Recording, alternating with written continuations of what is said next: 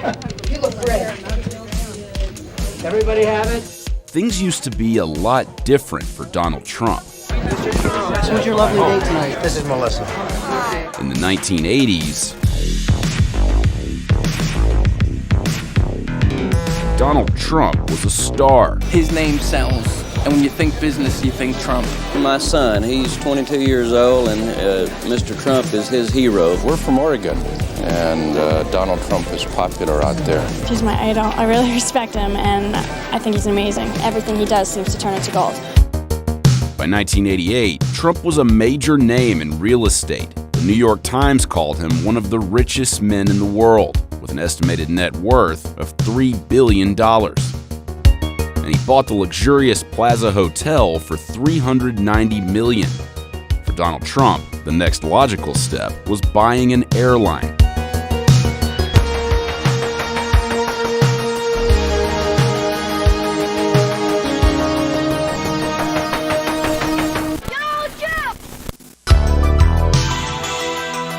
The Trump Organization was a holding company with various assets. Those assets included hotels, apartment buildings, and other real estate assets. That's Henry Hardevelt. Donald Trump hired him as the marketing director for Trump Shuttle. Mr. Trump thought that having an airline would complement his other travel-related holdings, and that's why he was interested in it. You can fly clear across the USA. In the 1980s, air travel was a completely different ballgame, especially if you were flying for business. The Eastern Air Shuttle, a guaranteed seat without a reservation. Shuttle services from airlines like Pan Am and Eastern offered flights between New York, Boston, and Washington that took off every hour. In 1988, a workers' strike at Eastern drove the airline to a halt. There was an open auction for the shuttle. Several different airlines submitted bids. At the end, it became the Trump Organization and America West, and the Trump Organization prevailed. Trump secured $365 million from a consortium of banks to make a bid for the Eastern Shuttle. After a meeting with airline owner Frank Lorenzo at Trump's Plaza Hotel, the deal was done, and Trump Shuttle was born. Trump Shuttle's fleet consisted of 21 Boeing 727s. Trump spent $1 million to refurbish each plane. We were the first plane out this morning. We were the most successful flight this morning. We had more people than anybody else, and I think we had better service than anybody else.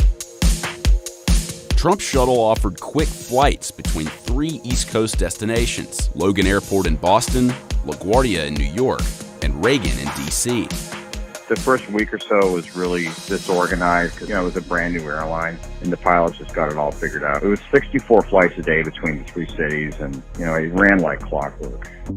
Trump's purchase of the Eastern Shuttle created over 1,000 new jobs, many of which were filled by Eastern employees out of work due to the strike. Employees like Rosemary Durant, a Boston-based flight attendant who got a job with Trump Shuttle. I was a flight attendant with Trump Shuttle from the beginning to the end. I began my career with Eastern Airlines. Towards the end of Eastern Airlines, we had the opportunity to bid off to work for the Trump Shuttle. It was strictly a lottery system. It was an opportunity to continue flying, continue getting a paycheck. I had a place to go. I had a job that I loved. I got to continue working. He saved us. We're going to really be a good competitor, and I think it's going to be a lot of fun. So the primary competitor that we flew against was Pan Am Shuttle, and a very, very fine competitor to have because Pan Am forced us to bring our A game to the shuttle market. In true Trump fashion, he soon went after his competition. I love competing against Pan Am. If you've got to compete, Pan Am is the one you want to compete against. Trump didn't just troll Pan Am at press conferences. He also poached their talent, hiring former Pan Am Shuttle president Bruce Nobles to run Trump Shuttle. Safety. Everyone says, don't even ever mention safety. I want to mention safety. To me, it's very important. The safety is number one priority. There is an unwritten rule in the airline business. You never attack another carrier's maintenance and safety. Mr. Trump attacked Pan Am's maintenance, and that's just something you don't do. Trump suggested that Pan Am's financial struggles might jeopardize the airline's safety, and his remarks soon came back to bite him. And this represents one of the fleet of your new shuttle service from here to where? Oh, watch this, Don. Whoa, my God! Whoa! In August of 1989, a Trump shuttle flight made an emergency landing in Boston when the plane's front landing gear malfunctioned. No one on board was hurt, but Trump shuttle's trouble was just beginning. Smoke rising from the barracks where the Royal Guards still hold out. The invasion of Kuwait in 1990 and the subsequent Gulf War sent oil prices skyrocketing, and the United States was on the brink of a recession. That affected all airlines, not just the Trump shuttle. People just were not flying.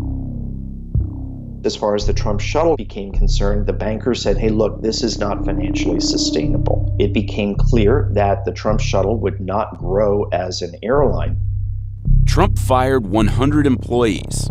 Just 18 months after the Trump shuttle launched, the airline had already lost $128 million. In 1992, Donald Trump decided it was time to bail. Trump shuttle's majority stakeholder, Citigroup, started negotiating a sale with US Air, who still saw value in the product. Donald Trump claimed he didn't lose money on the shuttle. He told the Boston Globe, "I'm smart. I got out at a good time." It seems like he kind of just washed his hands of it, said the airline business is very tough, and moved on to whatever was next. As for Trump shuttle employees, many of them kept their jobs and transitioned to becoming employees of the newly named US Air shuttle. It really wasn't a failure. I think it was pretty successful. I mean, Trump saved our careers. I mean, absolutely. They really took care of their employees.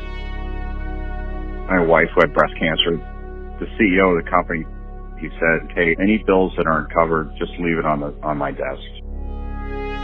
I left some bills on those desks. It was like, I don't know, a $30,000 pharmacy bill. You know, that's how I was treated. And so I'm sure that came down from Trump. I don't have anything bad to say.